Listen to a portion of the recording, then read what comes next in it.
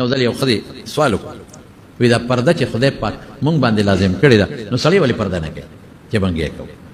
ما وی ګوره اوسپنه په دې میدان پرتی بادم وی باران زول او طوفان وی څوک یې پټی نه باران خخته په دې باران پرتی بارانونه هم پکېږي نورې وی څوک یې نه پټی د باران نه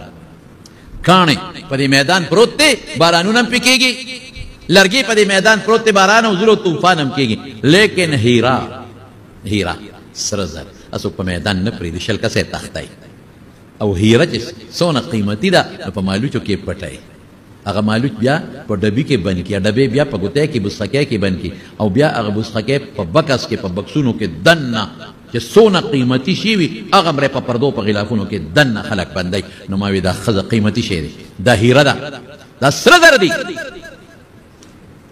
دا که دې بار راوویسته د دې داسې مثال دی لکه کیله چې په پوستکي کې محفوظه ده خو چې د کیلې نه دې پوستکي لرې کړه نو څښا به